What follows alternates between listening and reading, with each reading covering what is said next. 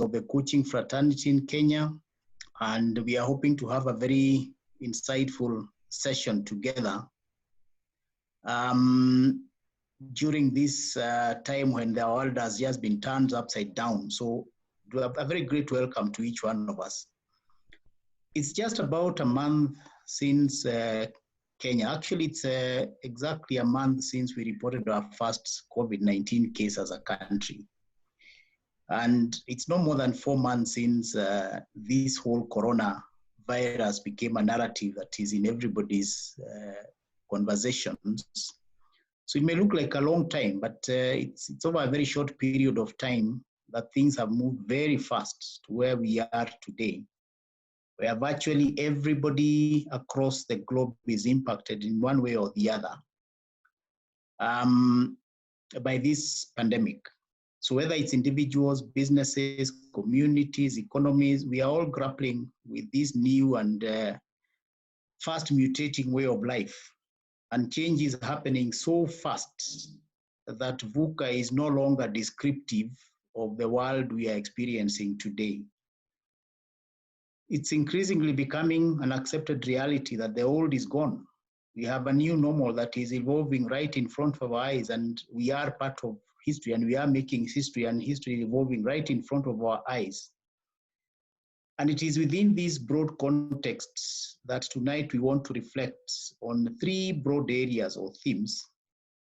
First, what does all this mean for us as a community of coaches? How are we coping? Not just as coaches, but equally important as human beings, because we are first and foremost human beings, then coaches in our respective specializations. What lessons are we learning through this? So that's the first broad area that we'll be reflecting on. Secondly, what does it all mean for our clients? How is this pandemic impacting them? How are we supporting them through this crisis? And the third area we'll be reflecting on is, what does it mean for us post the crisis?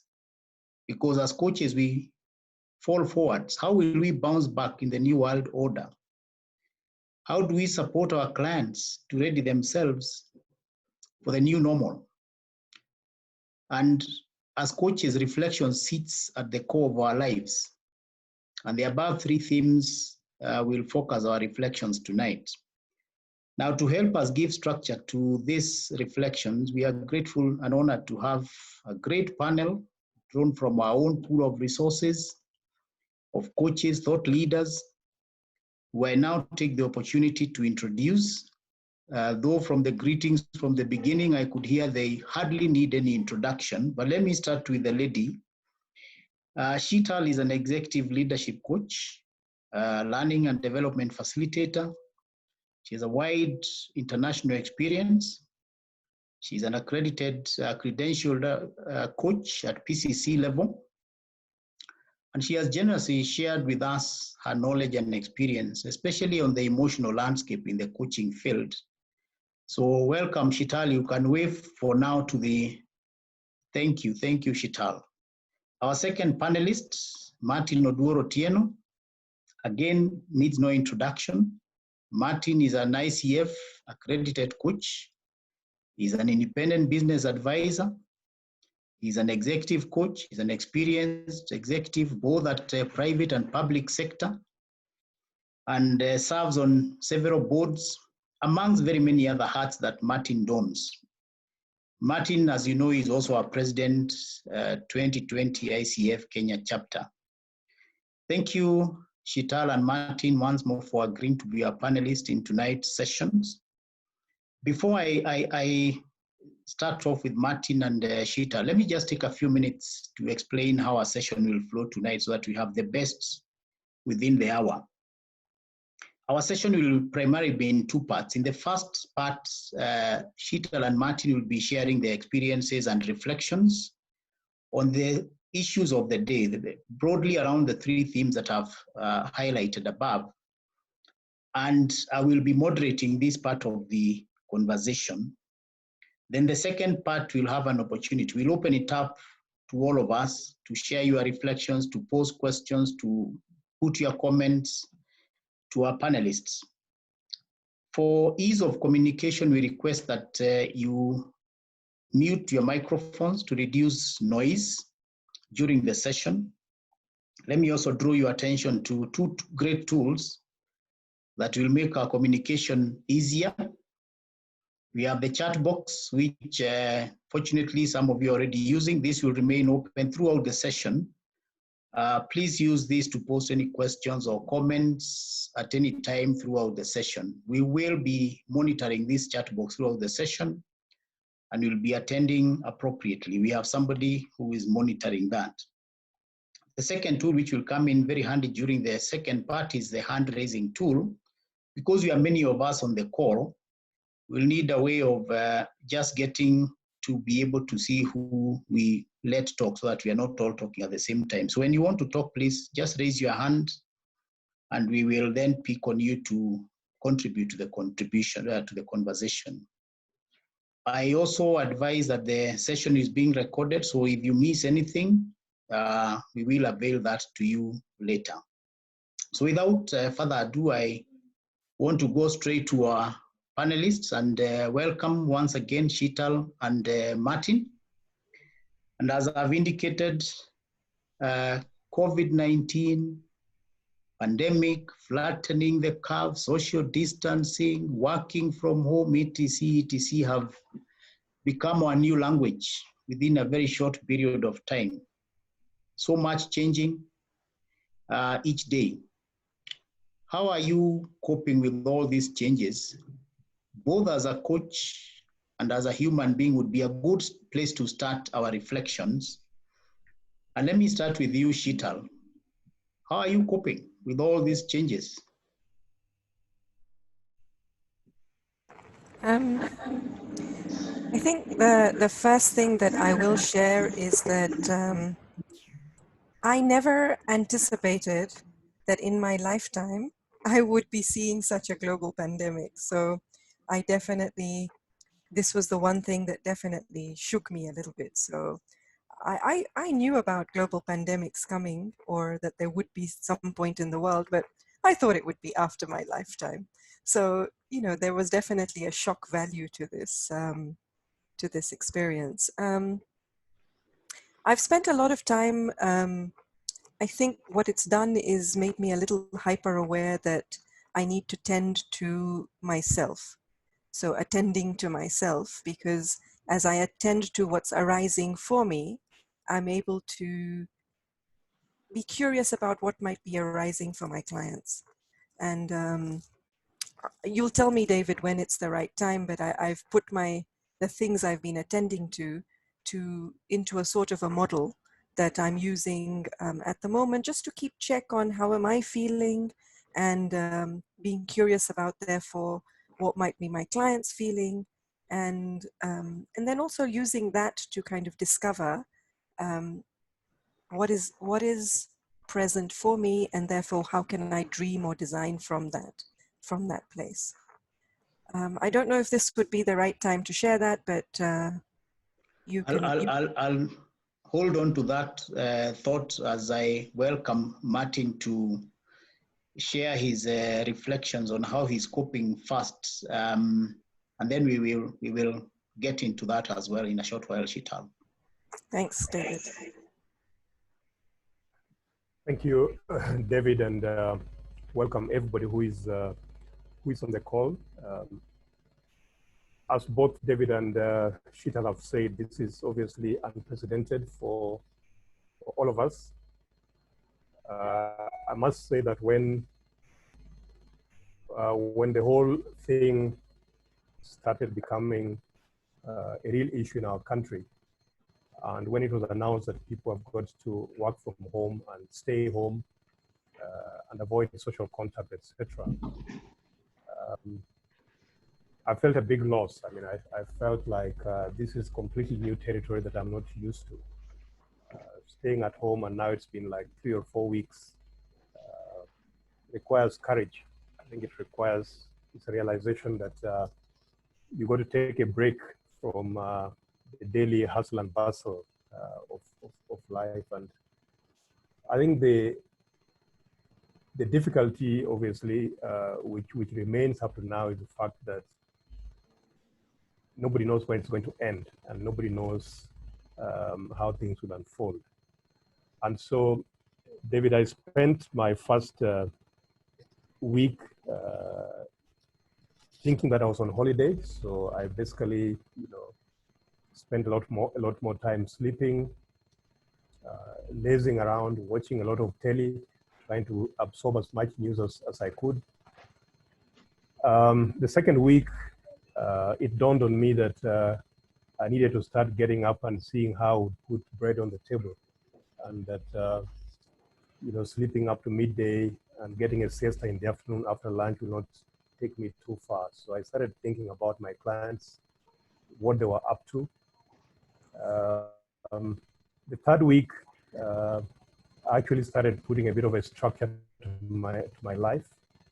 But I must say that this is the week that I'm actually beginning to say that life must continue. I think the last 3 weeks were like trying to grope in the dark and find out exactly what should happen. But I must say that one of the things that has happened, David, is that I have obviously become much closer with my family. I was sharing the other day that my children are big and they are all in their respective houses. So when the Minister of Health said that nobody should move from one place to another, and we were having individual conversations, one of them suggested, why don't we start having family meetings on Zoom? And so for the last 3 weeks, every Friday evening at 7 o'clock, all of us gather and we have like 2 hours of family meetings on Zoom. And that is helping us remain true to ourselves as a family. And so it's a strange place to be in, David. Just before I stop, David, if you allow me, I came across a poem yesterday which I'd like to read at this point. It is called "And the People Stayed Home." Some of you may have already looked at it, but I've read it like 10 times already. And just give me a minute to go through. The poetry was never my strong subject in school, so I'm learning new competencies as well. So let me quote this short poem. And the people stayed home and read books and listened and rested and exercised and made art and played games and learned new ways of being and was still and listened more deeply. Some meditated, some prayed, some danced, some met their shadows, and the people began to think differently, and the people healed. And in the absence of people living in ignorant, dangerous, mindless, and heartless ways, the earth began to heal. And when the danger passed and the people joined together again, they grieved their losses and made new choices and dreamed new images and created new ways to live and heal the earth fully as they had been healed. End of the poem. This is by Kitty O'Meara. And I just thought that it really captures what we are into at the moment. And let me stop there, David, and come back to you. Wow, Martin, thanks for sharing that poem and sharing your experiences. First of all, thinking that you are on holiday, then realizing that there is need for bread on the table and moving on to start picking yourself. And in the process, without you saying, we learned that you also reconnected the poetry side of yourself, and you are now starting to appreciate the poet. So there is a lot of learning that's happening about ourselves as we go through this period. And as we come to share with the rest of the team, I'm sure many of us have learned many things.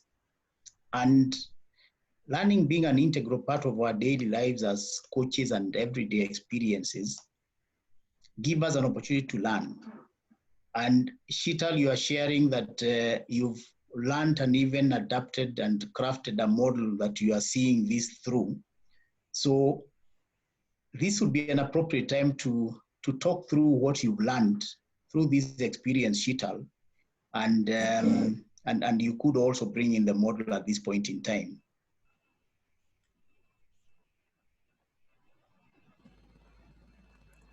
So I just want some confirmation that you can see this. Yes, we can see it on our screen now, Sheetal.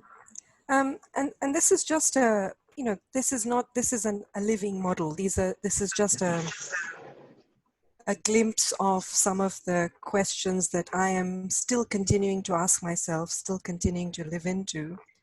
But it is also the experience that I had, and really the whole experience of seeing this global pandemic all over the world has been an experience of tending to myself, of really focusing on what's happening with me in a more deeper way.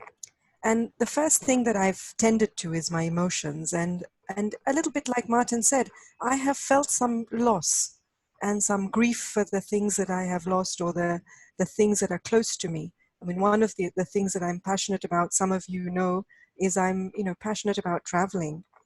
And there's been some grief around the loss of the ability to travel, but also the realization that travel has also contributed to some of the Earth's pressures. So there is grief about contributing to that. And what I've done with the grief that I've been experiencing, whether it's been about travel or whether it's been about meeting up with people and having deep conversations together, I've spent some time reflecting on, so what is it about those things that I have loved? What is it that has attracted me to that? It's not the act itself that's been important. There's been something deeper that has been important to me. That's the loss which I'm mourning. And I've allowed myself to mourn that. But then also looked at, so how else what are some other ways in which I can fulfill that?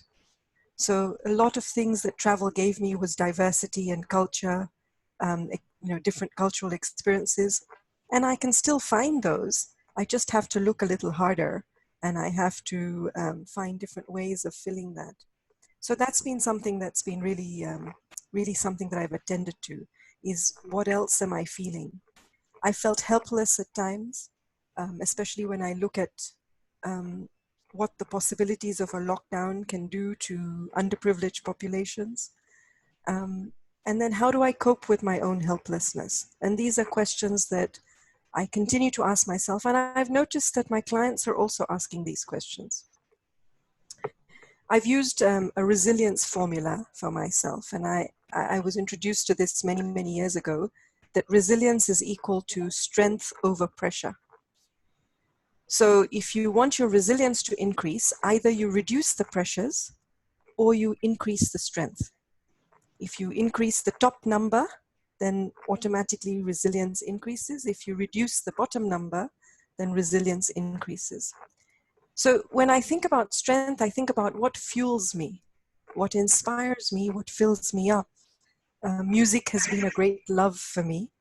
So it's been about making sure that I'm listening to the music that uplifts me. I'm finding the music, making time for that music.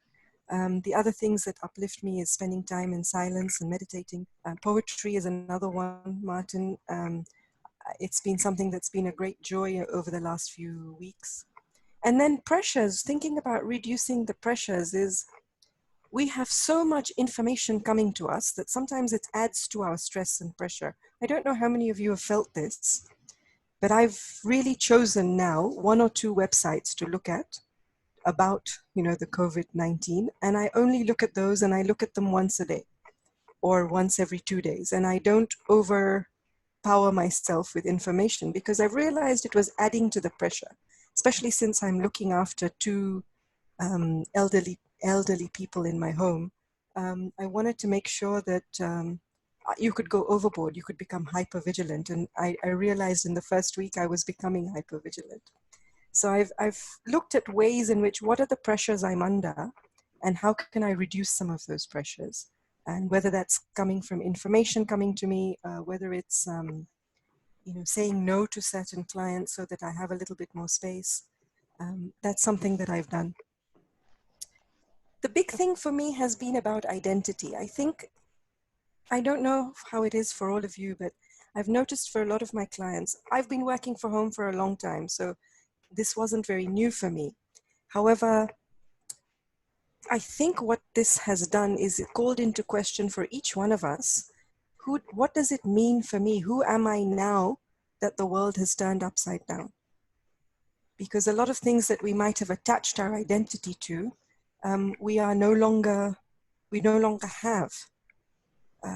I loved going on long drives, and that meant something to me. I loved going to the forest. And while I still do that once in a while, it's not something that I can do as often. So thinking about, what does that mean for me? Who am I without these things? And what's important for me right now? I think, Martin, you alluded to this, right? Around coming together as family is important, and making time for that is important. So the questions I'm continuing to ask myself is, who am I now? And who do I want to be? And how do I want to show up in the midst of all of this?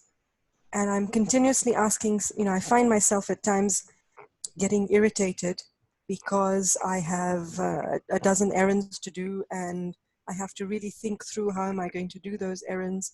How am I going to manage socially distancing? How am I going to care for my parents? And if I'm finding myself getting irritated, coming back to that question, who do I want to be? Because that always brings to me a more open route than my irritation in that moment. And then very much, I think this has been, what is my heart telling me that I need to do? And I think we have an addiction to productivity as human beings.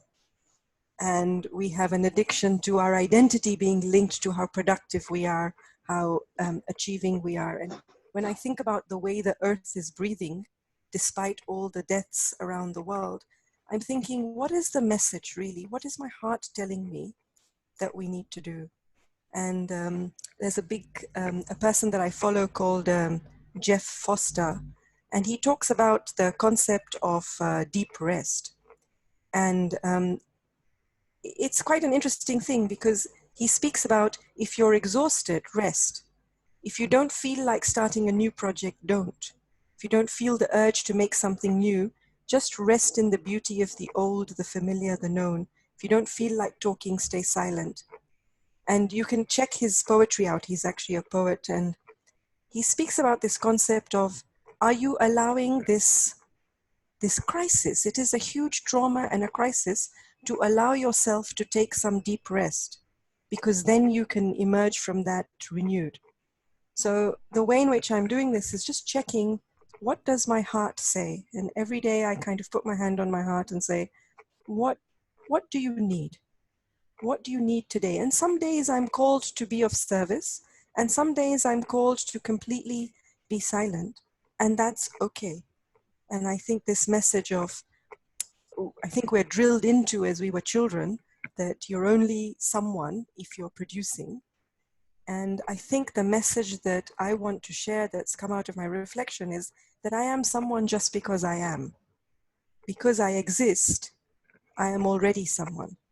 And I don't need to do anything else to prove my own brilliance or my own significance. We are already significant. So this is something I've come back to all the time. And I find it useful because I see my clients struggling with this too. I see my clients struggling with, who am I now that I don't have an office to go to?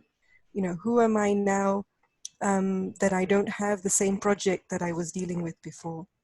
And I think this idea of being curious about, with my clients, who are we now in the midst of all of this?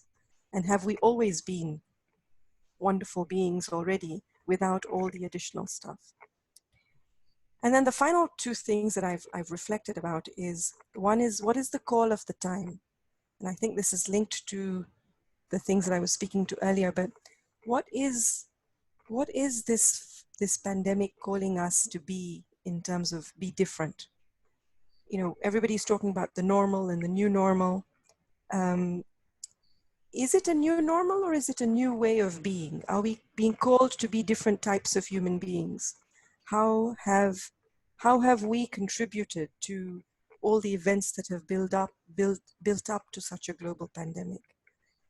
What is, you know, we all complain about our health system not being able to cope, but how have we contributed to that? Perhaps by not using our agency, by not using our electoral votes or our civil society rights in the right way. So, you know, just thinking about what is the call of the time awakening me to? What are the questions the big questions that I need to ask myself? And I find a lot of my clients are asking themselves these questions. I've had a couple of people who've been in quarantine, and work seems quite meaningless for them when they faced life and death in this way. So it's something interesting to think about. And the final piece that I will speak to before sharing the rest of the model is that how are we meeting reality? And I think I've heard a lot of people talk about business as usual, business unusual. Yet I find that a lot of corporates are finding it very hard to think about meeting reality. We've kind of moved meetings to digital. We've moved the way in which we do things to digital.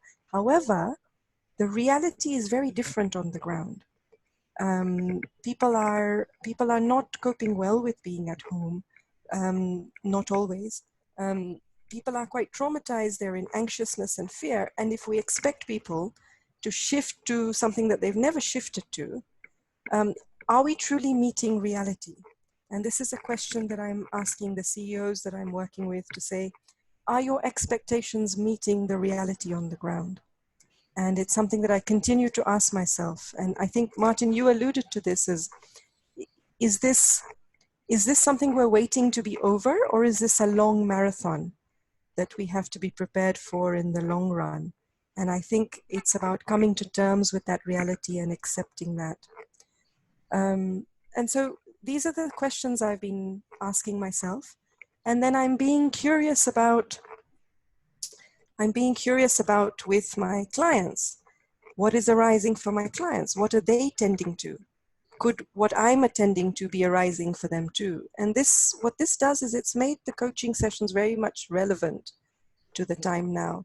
I've had clients actually speak to me and say, well, you know, in some of our meetings and some of our sessions, we're almost avoiding talking about what's happening right now. And we're just talking about business as usual, even though we're saying we're in unusual times. And it makes things feel less relevant. And I think by taking into account that we are in unprecedented times, there are new things that we're all experiencing, we make the coaching sessions a lot more relevant. And then in asking these questions, I'm discovering things, new answers to all of this. Who am I? What's the call of my heart? And from that, I'm using that to dream a little bit.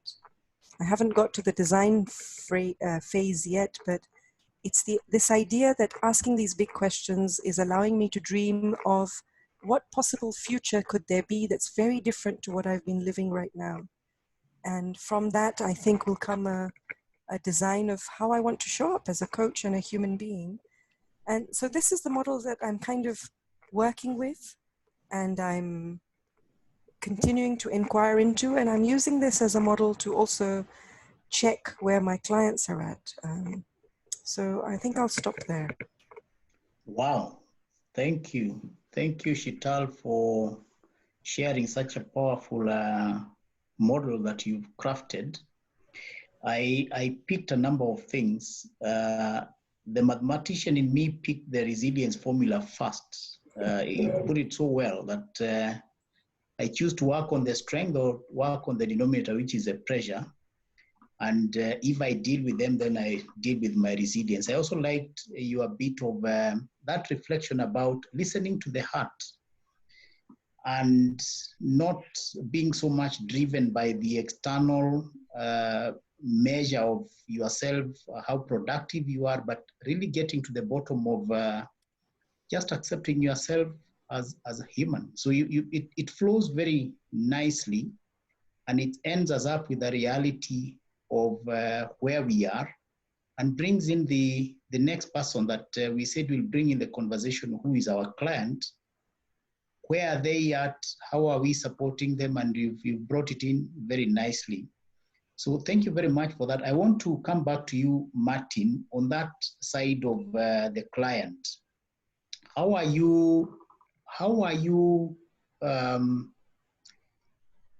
does all this mean for your clients, for your interactions? What is happening in that space, and how are you dealing with that? I know in coaching, we don't ask too many questions, but I've asked you, for this one, I've asked you too, how are your clients coping, and how are you helping them cope? So thanks, David. I'm just thinking about my first, the interaction I had with my first client when government asked people to work from home. So she said to me, we had a scheduled coaching session. So went on the call, and ordinarily she comes to my office for these coaching sessions. But I reached out to her and sort of said, you know, we are working from home, therefore we're going to do this over Zoom. And she said, you know, what is that? So we had the conversation around Zoom, and we set it up. And then at the appointed time, I went to the coaching session, and I said to her, so what's your focus for this meeting today? What should we be talking about today? As our usual opening line for most coaches. And she said, I don't know, I'm at home. Yesterday, we were told at 4 o'clock to close the office and go home and not come back to the office tomorrow.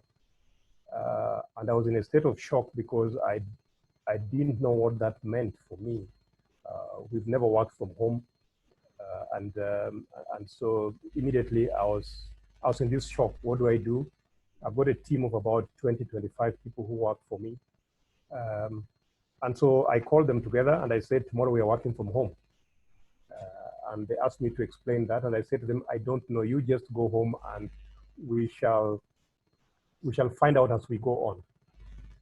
And so she said to me, therefore, Martin, I'm coming to this coaching session for you to tell me what to do with my team of 25 people working from home, something they've never done.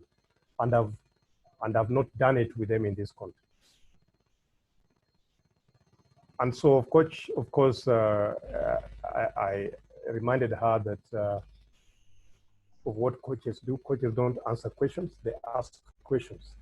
So she should not be asking me that question, she should be answering that question.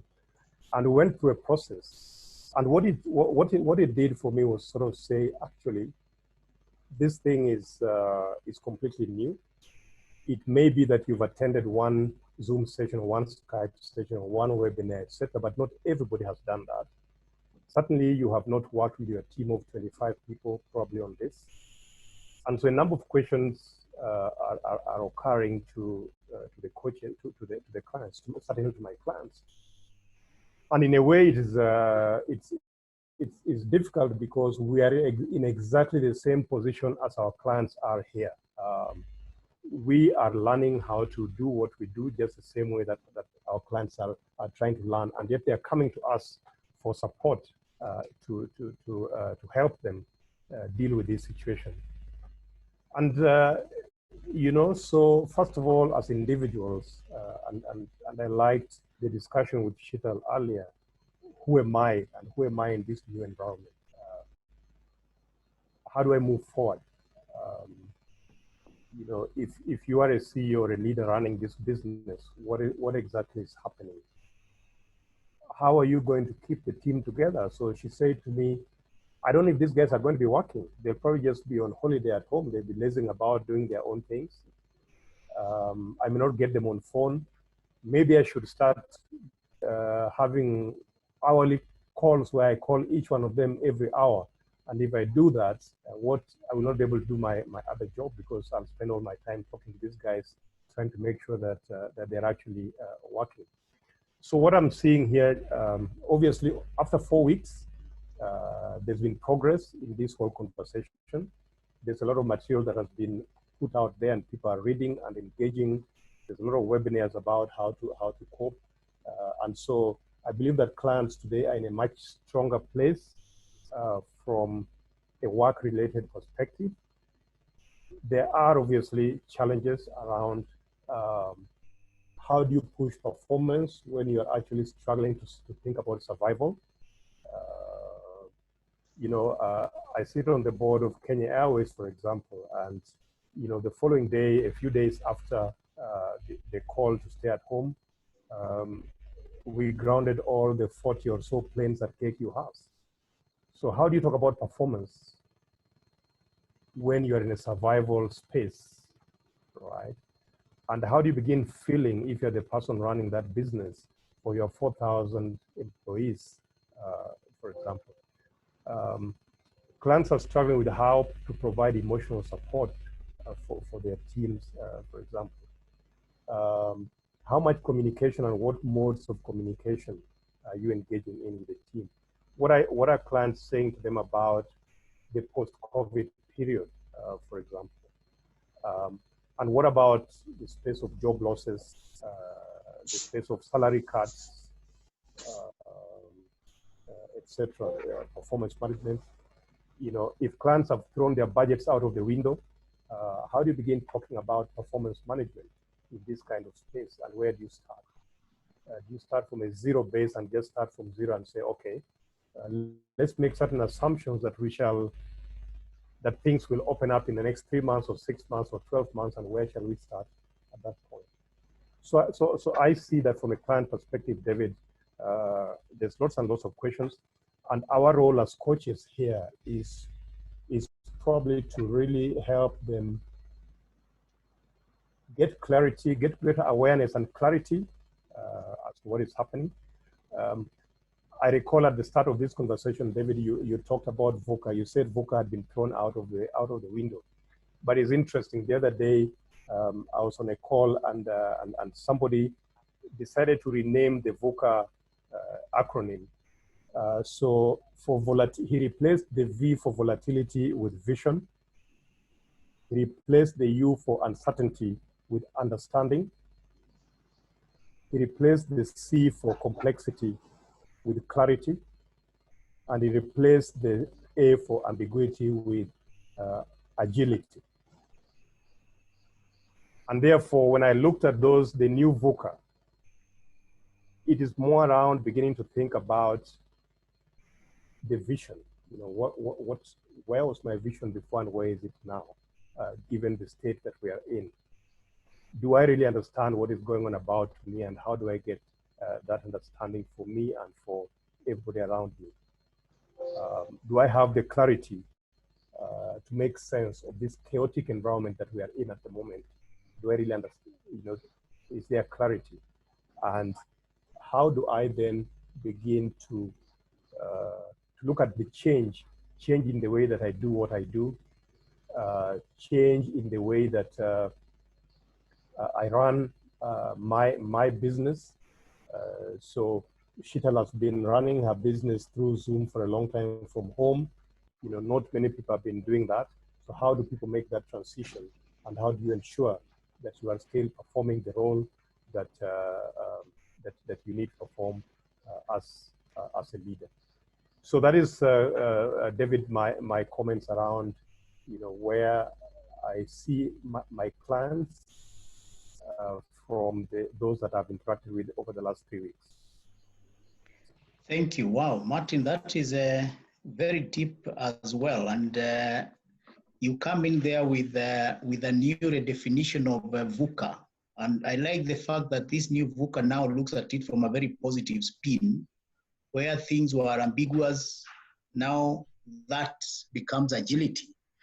And where we had volatility, we now have vision. So we're looking at it from a very positive spin. I also liked you are looking at this as getting to the reality of the client. And sometimes they may not have the awareness of their reality at that point in time. Their reality, as Sheetal shared earlier, are they the sudden shift from performance to survival is very rapid. As you rightly said, one day before, planes are flying all over the continents, the next day they're all grounded, so the issue of performance is not there. So people are very different points in time, and I am conscious of the times, and I really want us to share with the rest of the participants. So I actually want to drift to the second part of the session where we bring in the rest of the participants. And this is where we test how well we use the tools that we had. I will introduce at this point Christabel, who is working in the background, monitoring what you are posting on the other side, so that we have questions on that side we share. If not, we now open up to people to share their experiences, pose any questions or ask any comments, because we don't want to close out other valid contributions from the team. So at this point, if anybody wants to say something, this would be a good opportunity for you to raise your hand so that we can ask you to unmute, or you could ask that, or Christabel, if you have questions on the chat box that you possibly would want to throw in, we could start with either anybody talking live or a question from Christabel. Christabel, do you have anything on your end that you want us to start off with?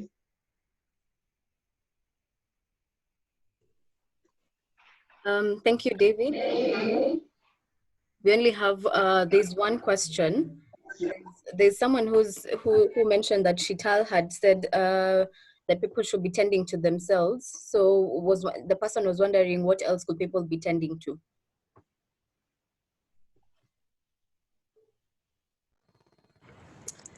I think what I'm not saying that we should only tend to ourselves. I was just sharing that in my journey, I've used the lens of tending to myself to allow me to reflect some questions that give me some answers to what else I should be attending to. And I think it's really about, I think this question of what is really truly important to you, and those are the things you will tend to. And I think it's about differentiating what are the things the world tells me I should be tending to, and what is truly important for me to tend to.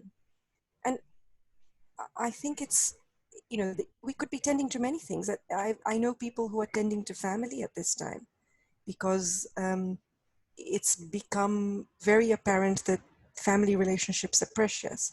I've had people who are tending to survival needs at this time and looking at, how can I use the current environment to hustle so that I can make ends meet. And I think what we should be tending to is a really subjective question. And I know there's a lot of pressure from everybody on social media, from people discussing, to say, let's think about the future. And my sense is that when things are uncertain, it's not the time to go fast. When things are uncertain, it's the time to slow down a little bit and do some scenario planning. So I'm going to build a little bit on what you said, Martin. I think it's great that we changed the word VUCA into this new acronym, but I would also perhaps like to ask, what is our relationship to these 4 words, these 4 original words? What's my relationship with uncertainty? How much am I comfortable sitting in uncertainty? And this is a question I ask the CEOs that I'm coaching, to say, how comfortable are you sitting with uncertainty? Because the clarity is in multiple scenarios being possible. And the agility comes in having the ability to hold those 4 multiple perspectives and think that either one of them could happen. You know, and the ability of a leader to be able to say, okay, if this happens, this is what we'll do, but also this could happen, and we prepare for that too. And preparing the staff and the organization that we have for multiple possibilities. And I think these are the questions we should be asking our coachees: is how can you see, how comfortable can you be that you're not going to be 100% sure? And I think it's an illusion that we've had as human beings, that we think we can get 100% clarity, but never has life been 100% clear. And I think it's about coming to terms with that. We've been living in the illusion that we can be sure about things, but we've never really been sure. So, you know, it's about being comfortable with uncertainty, being comfortable with ambiguity, being comfortable with when things are volatile and could change the very next day. And I think, and being comfortable with the fact that this is not a, you know, take a medicine and it'll go away problem. This is very, very complex. And we can see how our government is struggling. You know, some of us, we can think from the outside, oh, a lockdown, we should lock down, then numbers will start to go. But it's much more complex than that. You know, our demographics, our economy depends on so much more than just, it's a very delicate situation. So I think getting clients to be comfortable with VUCA, like what's their relationship with that? I think that's quite crucial. I'm not sure if I've answered your question about the attending to the self, but those were my thoughts at the moment. Just to mention, David, yeah, if I could just come into Shital's point there, I think it's really important because, again, just thinking through some of my clients, I mean, they've been very, very hard on themselves because the world is crumbling, and I'm a leader and I've got all these things on my shoulders. And for one of them, you know, we've come to a point of just trying to recognize the fact that, you know, don't be so hard on yourself. You know, the fact that your company will not achieve X targets is not about you. You know, recognize the new reality. And don't stress yourself. Don't kill yourself just because you're going to miss out on the target. This is not about you. This is about something perhaps much bigger than yourself. You are in there and you need to do what you can do, but don't kill yourself in the process. There's Martin, thanks Martin for that. There's Martin asking, how are people managing anxiety? And any of you, Martin or Shital, can go at it. That is Shital's specialization. I suspected Shital will default to you. Shital, how are people managing anxiety from your perspective, who are interacting with? I think, and I don't think it's just at this time. I think as human beings, we respond to anxiety or fear in a couple of ways. Either we become very strong and we start to, you know, create a fight response, which means we're trying to do everything we can to make that fear go away. In a way, we are fighting, or we run away from it. So we might use, you know, we might not want to look at that emotion, and we might resort to other behaviors to try and hide the fear. This could be, you know, eating, procrastinating, drinking, lots of, you know, habits that are I would label as addictive habits, but not addictive habits that we're choosing out of choice, but we're choosing these habits to try and make a particular feeling go away. And I think with anxiety, it's really important to acknowledge the feeling, to acknowledge that this is a situation that makes me frightened. The process I've been using with clients is to ask them what brings joy or what brings some form of relaxation to them. And so for some people it's exercise, For some people, it's spending time with family. For some people, it's very much finding inspiration in spiritual pursuits. The technique that I'm trained in around reducing anxiety is definitely using mindfulness and using your breath to regulate your body system.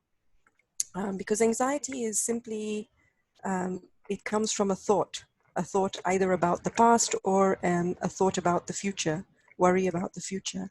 And I find that grounding people in the present, so using your breath to ground yourself in the present moment and to come into close contact with reality in a way, in the present moment, is useful because it creates this calming, grounding space from which you can then start to act.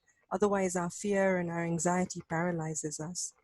So definitely visualization, breath work is what I've been using. What I've seen clients use as well, which I found it I found it such a lovely practice.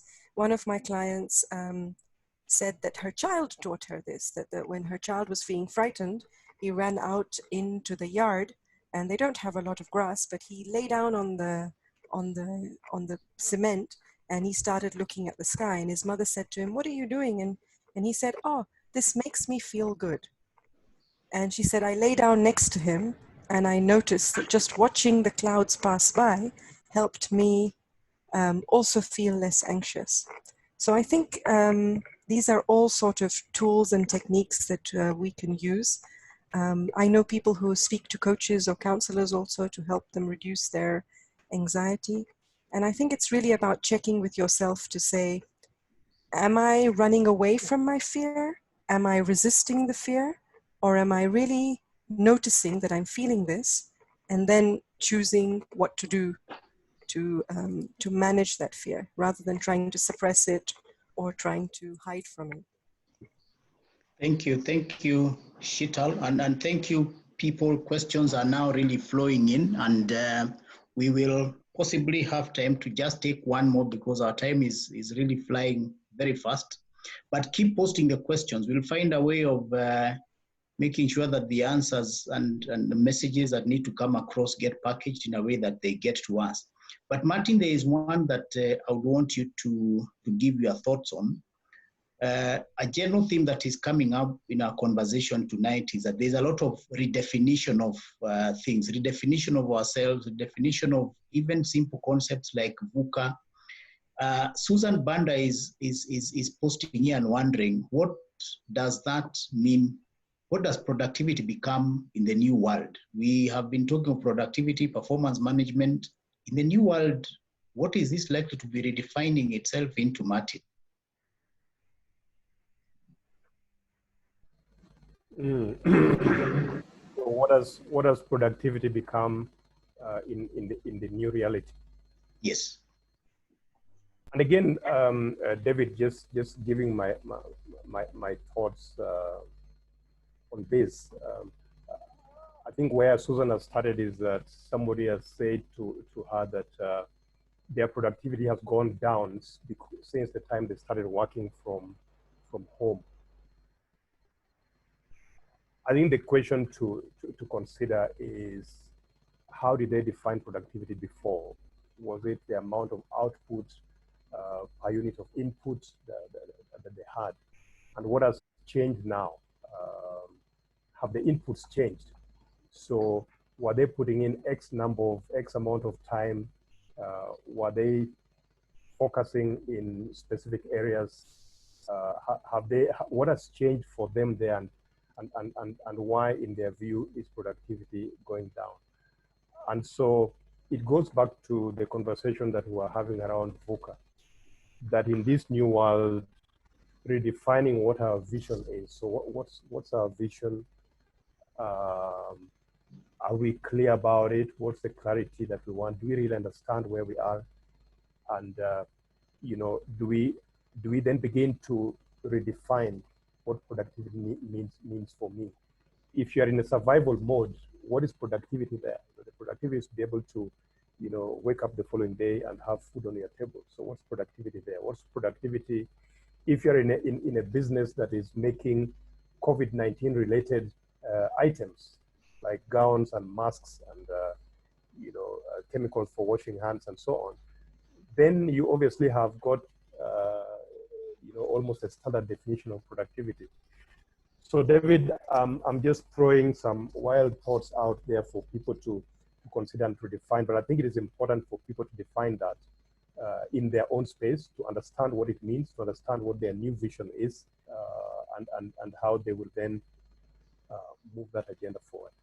It's difficult because if you've thrown out your strategic plan, which you only crafted a few days ago, if your whole scenario planning that you are used to never took into account a global pandemic and it's now happening, there's a lot of things that need to be redefined here, and perhaps as coaches we can help in that process of just asking the right questions and guiding our clients to redefine what that productivity is. Thank you very much, Martin. Wow, how time flies. We are actually running out of time because we should be wrapping up our session in a short while. But so continue posting those questions. We will, as I said, we will find a way of getting round to you getting the answers. But at this point, let me take this opportunity to thank all of you for wonderful participation. Thank you, Sheetal. I want to give Sheetal and Martin a few minutes to make their closing remarks. Starting with you, Sheetal, your final comments before we close. I think I really like what Martin said about redefining, about everything is about redefining, and I think it's about redefining. Somebody asked what other lenses are there, and I think it's about redefining the lenses that we see the world through, that we see ourselves through.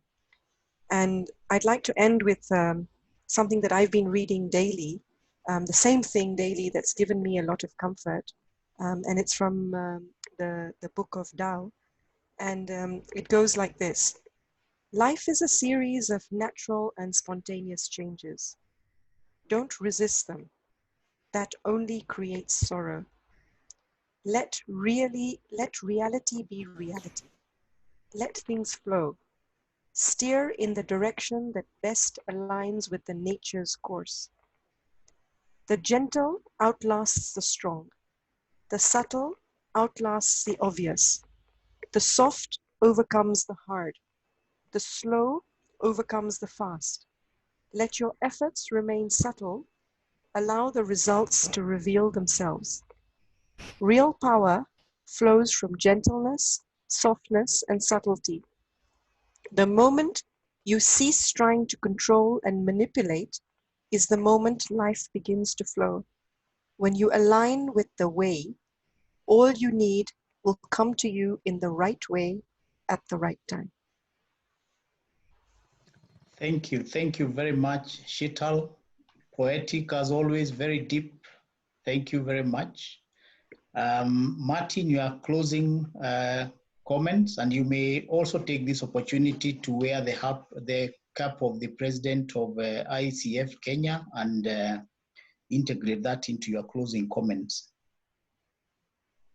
First of all, David, let me thank you very much for and the Education Committee for putting this session together. I think it was important because I think all of us are feeling lost. We are in our own spaces, and it was good to bring the ICF community together to just share and and kind of listen and exchange views here. So I thank you and your team and everybody who has been involved in putting this together. I'd also like to thank the ICF members and everybody who has joined this call. I noticed that we've had a very big number of people today, almost the same number that we had for the annual general meeting, which is great. More than 50 people attending this session. So I'd like to thank all of you very much for taking time to come in and participate in this session with us. There are a lot of resources in the ICF global website, and I'd like to encourage you to come into visit the ICF Global, the website, and look at it. There is information there about scientific information around COVID and thoughts around COVID, but there's also information that is relevant to us as coaches, how we interact with clients, etc. I was actually looking at it last night or sometime this morning. And of course, ICF continues to encourage us to really walk the journey with our clients. And I'd like to make that similar appeal to this is the time when we really need to come out and support our clients at their hour of need. One of the articles that is posted on the website yesterday brought to me 3 different words. One word was, as we accompany our clients, we need to rethink. So the 3 words were rethink, renew, and reconnect. So rethinking meaning being present with our clients, beginning to think about this this space that we are, who we are, and what's happening. Renewal being meaning everything, but including looking at the kind of tools that we are using as coaches today in our interactions with our clients. And reconnecting meaning maintaining, retaining strong relationships, building stronger bonds with our clients for today and for the future, beginning to think about how we connect post-COVID as well. And this whole virtual space has given us opportunities to be available to our clients, perhaps much more than we have been before. We are available at any time, anywhere. Nobody needs to travel anywhere for you to interact with them. And there's a lot of resources that we can share as coaches. So David, I just want to really close by appealing to our coach colleagues that although we may be in a similar place with our clients, we're all experiencing the same thing at the same time. And yet there's a bigger call for us to come out and support some of our clients who through perhaps much greater difficulties than ourselves today. And let's continue that. Let's continue being at the center of this in line with our ICF vision. And thank you very much. And David, back over to you. I look forward to seeing our coaches in the next session that we have. Thank you, Martin, for those words. And once again, from myself, as we come towards the end of this session, I want to thank sincerely Martin and Shital for agreeing to offer yourselves tonight and leading us through so powerfully in such deep reflections. We didn't even have time to go through half of what we possibly could have shared. So I really want to thank you for taking time to be with us tonight. I also want to thank 2 ladies who've been working very hard behind the scenes to make sure that today's session is a success. Christabel, thank you very much for doing all the administrative work to make sure that our technology works and works well. And Wanjira behind also for making sure that from the PR and Communications Committee that goes well. I want to thank also my colleagues in the Education Committee on whose behalf I'm facilitating tonight's session. And also want to thank the PR and Communication Committee who have been doing a lot of the communication. The board, ICF board led by Martin, thank you very much. And last but not least, thank you each one of you coaches for participating in tonight's session. You've been a great and disciplined group of participants. Starting bang on time, we apologize, we've gone slightly overboard by about 4 minutes. But we really want to thank you for that participation. We'll be sharing details of our next forum, which is possibly next month, but we'll be sharing details about that and the topic and everything else in a very short while. Meanwhile, do take care of yourselves, take care of your clients, and stay safe, and we'll see you in the next forum. Thank you very much. Great facilitation, David. Thank you. Yeah, thanks, Shital. Nice sharing the platform with you. Right, thanks, Bye. Lovely sharing space with all of you. Have a good night. Yep, thanks, Shital.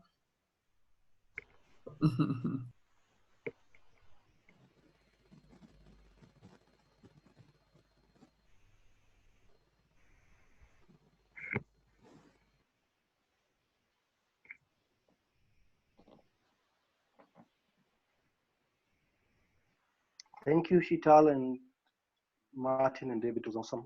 Thanks, George.